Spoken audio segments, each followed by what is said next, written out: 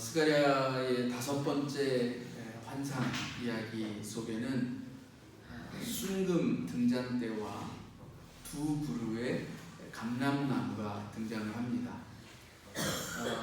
이 순금 등잔대 위에는 기름 그릇이 있고 그 위에는 7 등잔이 있으며 이를 위하여서 7 관이 있다, 이렇게 묘사하고 있습니다.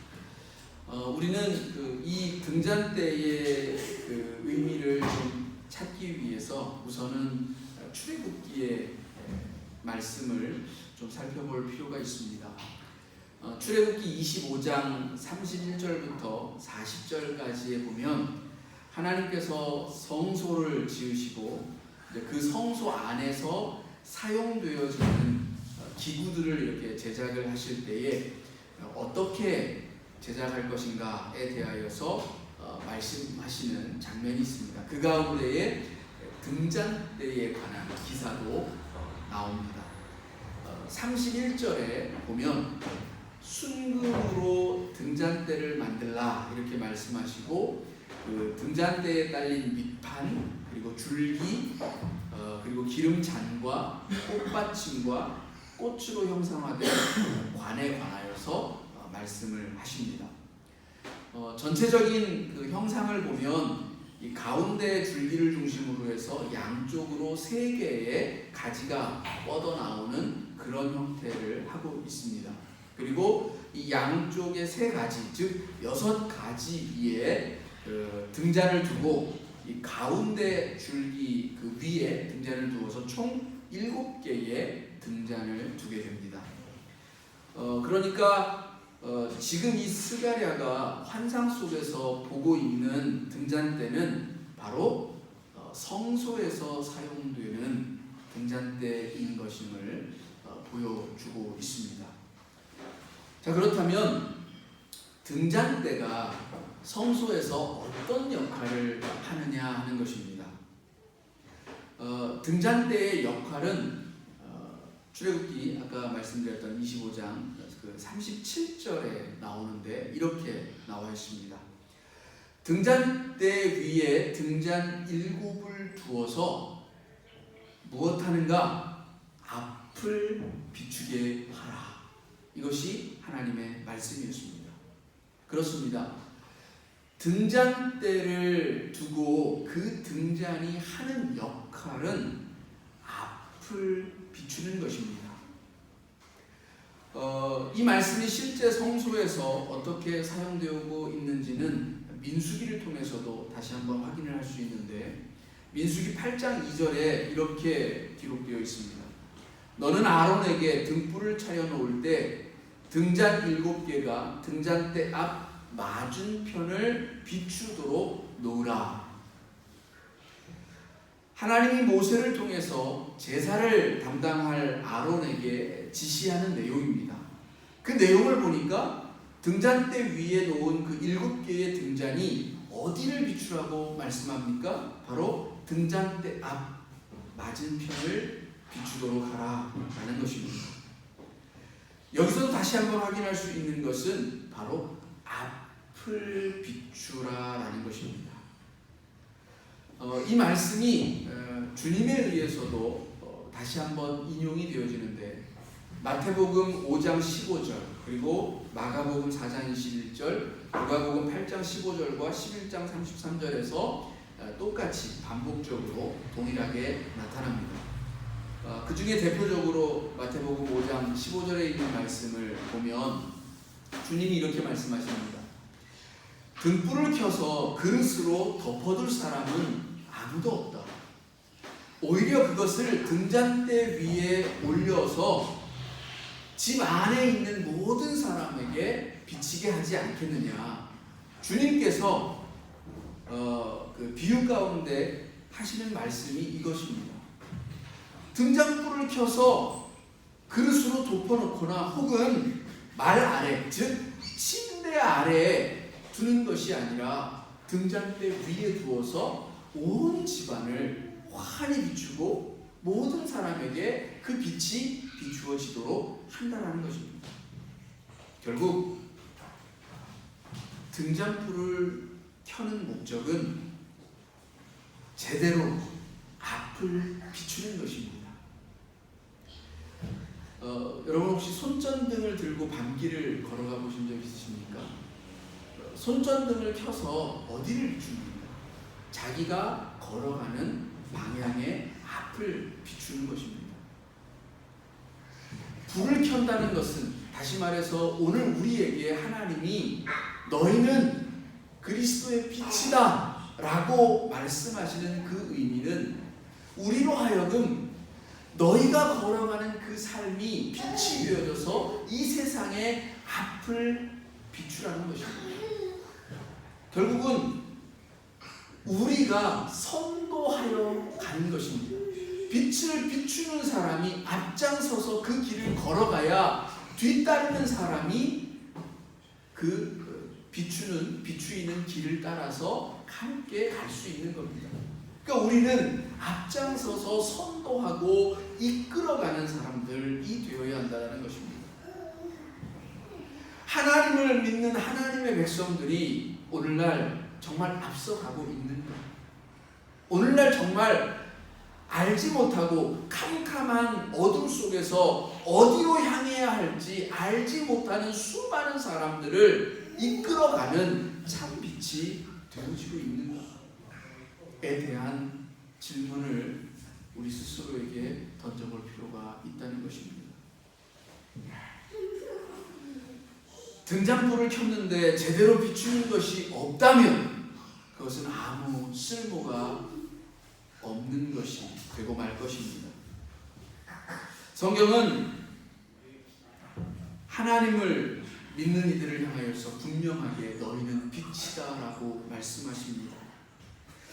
우리에게는 하나님께서 주신, 허락하신 빛이 있는데 우리 안에 있는 어둠이 너무 짙어서, 혹은 저 구름 같은 나의 욕심과 육체의 소욕이 너무 커서 그 빛이 드러나는 것을 가로막고 있지는 않은가.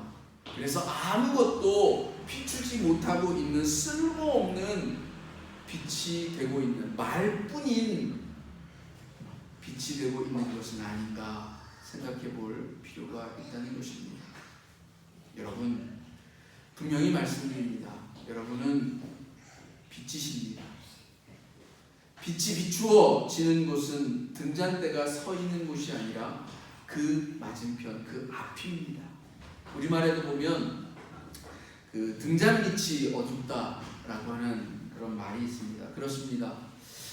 등잔이 그 등잔대가 비추는 것은 자기 자신이 아닙니다.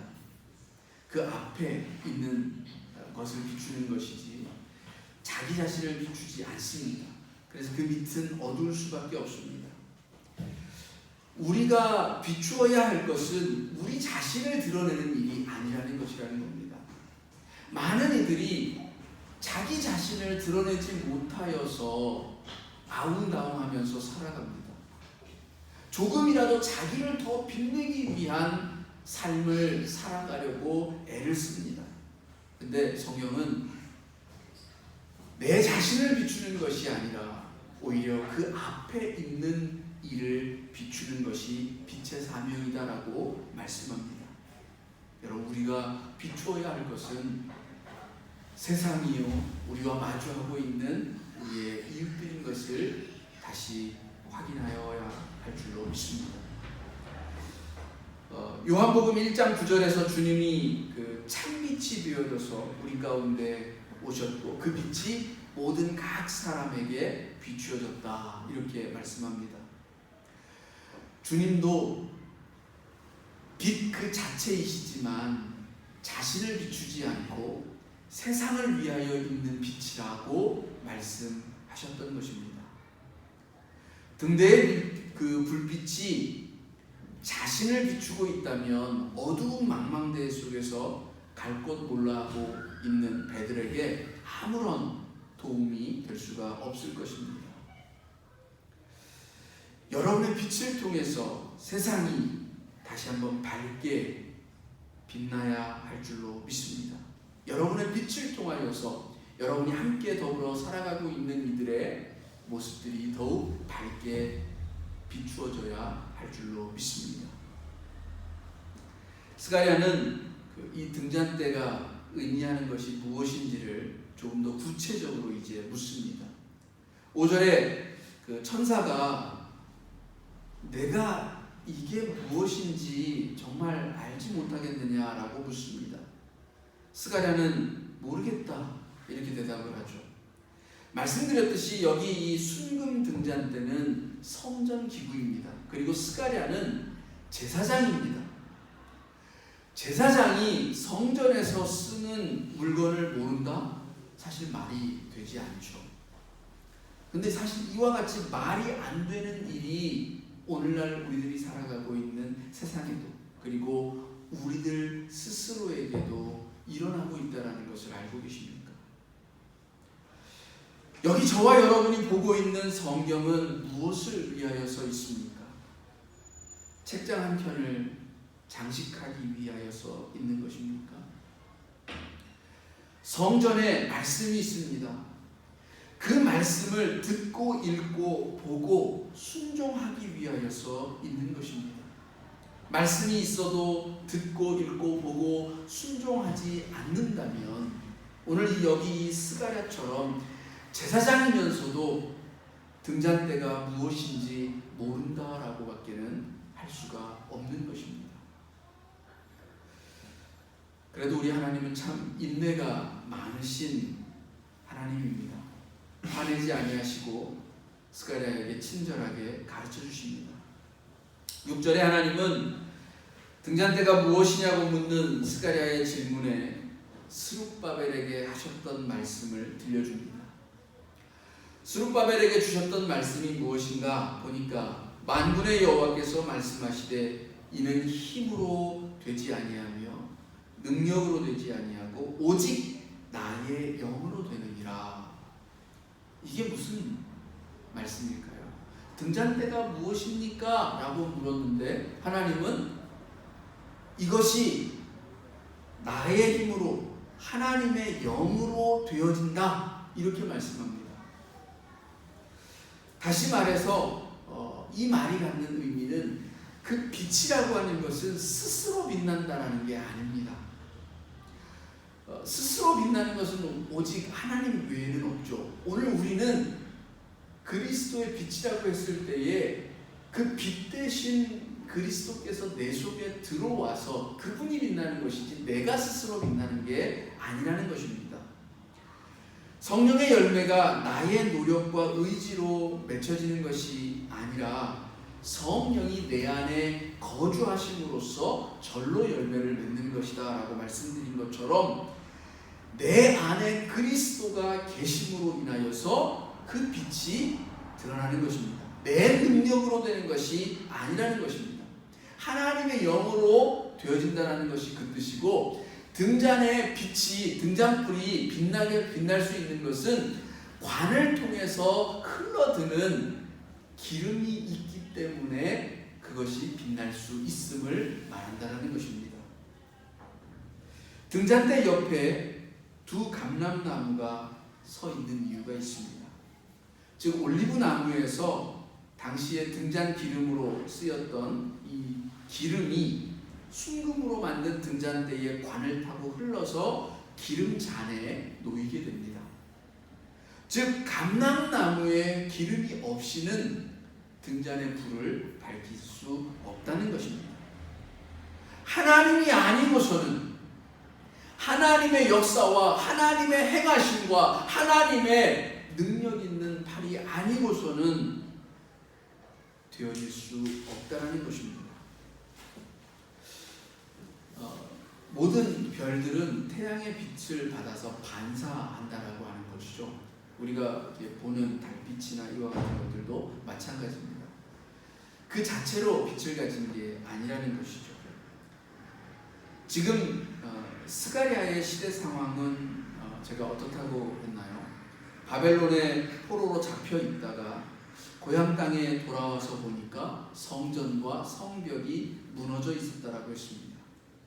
그리고 이들은 지금 무너진 땅을 다시 세우고 있습니다.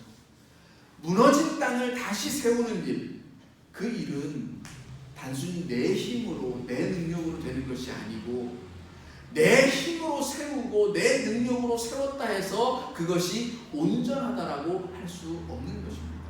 우리가 앞선 스가랴의 환상에서 계속해서 말씀드렸듯이 하나님이 진정한 우리의 성벽이 되어주시지 않으면, 하나님이 진정으로 계시는 성전이 되어지지 않으면 그 돌담과 돌로 쌓은 그 어떤 것도 온전하지 않다라고 하는 것입니다. 무너진 땅을 다시 회복하는데 얼마나 많은 위험이 있었는지 여러분 아십니까? 백성들이 불침번을 정해서 밤낮으로 파수를 섰습니다. 혹시 일을 하는 동안에 적들이 쳐들어와서 제대로 싸우지도 못하고 죽음에 이를까봐 하는 두려움이 있었습니다. 내부적으로도 과연 이것을 온전히 다 이룰 수 있을까 하는 그런 반신반의하는 의심 때문에 지도자들을 불신하는 일들이 많이 있었습니다. 인간의 생각으로는 감히 할 수 없는 일이다라는 생각이 들기도 했습니다. 그러나 그때마다 선지자를 통해서 하나님의 말씀을 주시고 기도하게 하고 하나님을 의지하도록 하였습니다. 여리고성은 결국 하나님의 영으로 무너졌습니다. 마찬가지로 하나님의 힘으로 세우는 성이야말로 온전하고 또 모든 것들을 막아내기에 부족함이 없는 요새와 같은 산성과 같은 성이 되어질 줄을 믿습니다. 등잔불의 빛은 하나님의 영에 의해서 빛나게 됩니다. 세상을 비추는 능력 있는 그 빛은 내 능력, 내 힘이 아니라 하나님이 내 속에 살아계실 때 나타나는 일이라는 것입니다. 여러분 안에 하나님이 역사하십니까? 오늘도 여러분은 하나님과 함께 대화하며 하나님과 함께 더불어 동행하고 계십니까? 여러분의 삶에서 하나님은 얼마나 가까이 여러분과 함께하고 계십니까? 하나님이 행하시면 7절에 있는 말씀처럼 아무리 큰 산이 놓여 있을지라도 평평하게 되어질 것이다. 평지가 되어질 것이다 라고 말씀합니다. 바로 그와 같은 하나님의 백성들로 인해서 참된 성전의 기초가 쌓이게 되는 것입니다. 스룹바벨과 같은 여러분들을 통해서 하나님의 교회가 세워져 가고 성전의 기초가 쌓여져 가게 될 것입니다. 여기 이 스룹바벨은 유다를 재건할 때에 이 스가랴처럼 예루살렘으로 돌아온 총독입니다. 그는 바벨론에서도 고위 관료였지만 높은 지위와 권세를 뒤로하고 자신의 조국 이 유다 땅에 돌아와서 예루살렘을 재건하는 데 앞장섰던 행정가였습니다. 또 동시에 함께 하였던 인물 가운데 학개 선지자가 있었죠. 학개는 선지자로서 말씀을 가르쳤습니다. 하나님의 율법을 다시금 깨닫게 하는 역할을 했습니다. 또 어떤 인물이 있었습니까? 지난주에 살펴보았던 여호수아가 대제사장으로서 하나님을 예배하는 것을 인도하고 이 하나님의 안에서 하나님의 능력을 체험하는 일에 앞장을 섰습니다. 여기 오늘 우리가 읽은 본문에서는 바로 이 스룹바벨을 세워서 성전의 기초를 쌓는 모습을 보여주십니다. 어쩌면 여기 두 그루의 감람나무는 하나님의 영으로 충만한 여호수아와 스룹바벨을 상징하는 것인지도 모르겠습니다. 제사장과 정치가 이 둘은 소위 그 당시 세상을 주무르는 힘이었습니다. 권세와 권력의 대표적인 상징이었습니다. 그들이 하나님의 영으로 충만할 때에는 이 세상을 비추는 빛, 성전의 기초가 되어지는 머릿돌, 하나님의 나라를 세워가는 초석이 되어진다라는 것입니다. 세상이 어두워질 때에는 제사장이 하나님을 찾지 않습니다. 제사장이 하나님의 말씀을 잃어버립니다. 정치가들은 하나님의 공의를 따르지 않습니다. 하나님의 백성들을 위하여 일하지 않고 대신에 자기 자신의 사리사욕을 채우는 데에만 급급합니다. 여러분, 하나님의 때가 이루어져야 합니다. 그래야 온 세상도 빛으로 환해질 수 있습니다. 성경은 여러분을 향하여서 왕 같은 제사장이라고 했습니다. 여러분은 왕이자 제사장입니다. 세상을 다시 어둡게 만들지 않을 수 있는 힘이 여러분에게 있다라는 것입니다. 11절에서 스가랴는 좌우의 두 감람나무가 무엇을 뜻하는 것인지를 묻습니다. 하나님이 대답을 하시죠. 14절에 이르되 이는 기름 부음 받은 자 둘이니 온 세상에 주 앞에 서 있는 자니라 하더라. 기름 부음 받은 자, 왕과 제사장만이 기름 부음을 받았습니다. 여러분에게 왕 같은 제사장이라 했을 때는 여러분도 똑같이 기름 부음 받은 자다라는 뜻입니다. 여러분에게도 똑같이 세상을 비추는 참된 빛의 역할이 있음을 깨달아야 한다는 것입니다. 역사가들이 연구를 하면서 왜 아주 커다란 제국을 이루었던 나라든 아주 작은 나라든 간에 한 나라가 왜 멸망할까? 그걸 쭉 연구를 해보니까 외세의 어떤 침략이라든지 그런 것과 같은 어떤 전쟁 때문에 한 나라가 멸망하기보다는 그 멸망의 주된 원인은 그 사회 내부에 있는 불평등이더라라는 것을 공통적으로 이야기를 합니다. 한 사회가 공의롭지 못하고 그것이 어떤 특정 세력이나 계층의 힘과 권력이 편중되어지기 시작하면, 다시 말해 불평등이 확대되어지고 만연해지기 시작하면 그 세상은 망할 수밖에 없다라는 것을 역사는 우리들에게 말해준다는 것입니다. 공교롭게도 이번 주에 노벨 경제학상이 발표가 되었습니다. 노벨상을 수상한 분들의 공통점이 있었죠. 바로 빈곤 문제를 연구한 학자들이었습니다. 근데 그 연구의 결과는 이것이었습니다. 이 세상에 있는 빈곤을 가지고 있는, 빈곤의 문제를 안고 살아가고 있는 사람들의 원인이, 그 가난함의 원인이 어디에 있을까 찾아봤더니 게으름이 아니더라는 겁니다.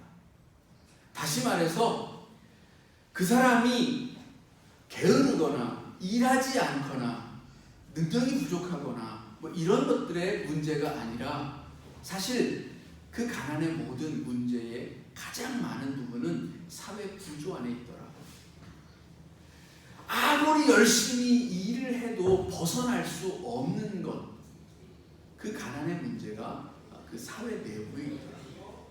결국은 우리 사회 안에 빈곤의 문제와 이 차별의 문제와 그 간극을 좁히려고 하는 노력이 행해지지 않는다라고 한다면 우리 사회도 멸망의 길로 갈 수밖에 없다는 것입니다.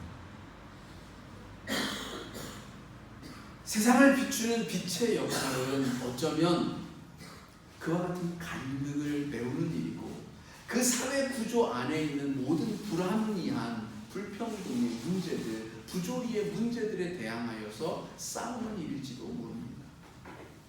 어렵고 힘든 일이고 십자가의 길임에 분명하지만 오늘 우리가 한 사람의 그리스도의 빛으로서 세상에 서 있는 것은 바로 그와 같은 일들을 행하고 내 스스로가 암묵적으로 동의하지 않고 그러한 부조리 가운데 서지 않는 그런 삶을 살아가는 것을 말합니다. 저와 여러분이 분명 그와 같은 기름 부은 받은 자로서의 소명을 살아가게 될 줄로 믿습니다. 자, 여러분이 이제 이 땅의 성전의 기초, 그리고 하나님의 말씀이 선포되고 하나님을 찬양하는 소리가 울려나는 하나님의 공의와 사랑이 드러나는 그러한 참된 교회를 세워가는 기초가 되어져야 할 것을 말씀을 드렸습니다. 그 빛을 어떻게 비추어야 한다고요? 하나님의 영으로 내 속에 역사하는 하나님과 끊임없이 교통함을 통하여서 하나님의 영으로서 행해야 한다는 것입니다.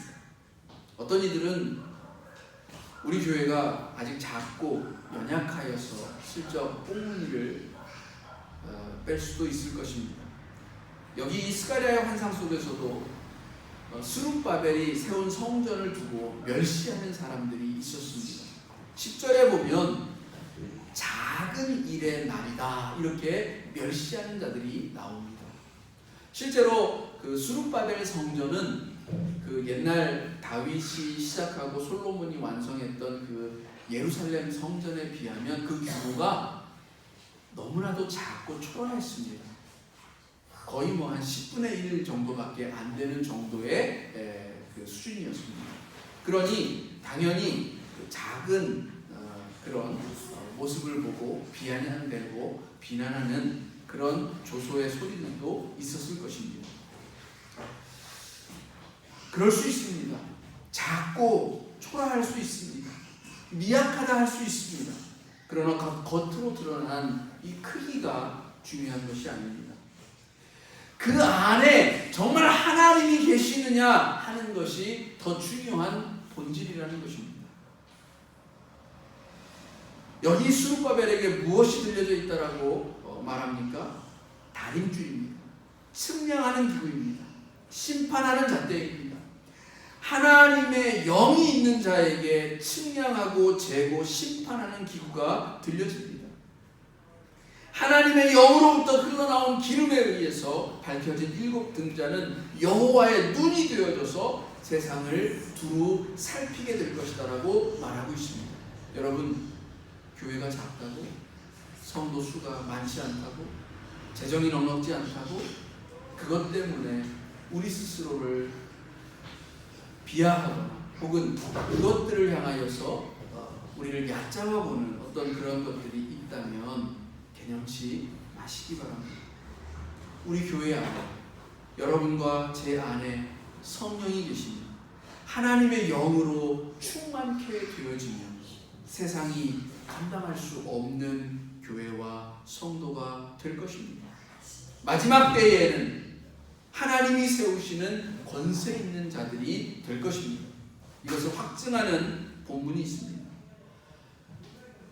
요한계시록 11장 3절 4절인데요. 거기에 보면 이렇게 나옵니다.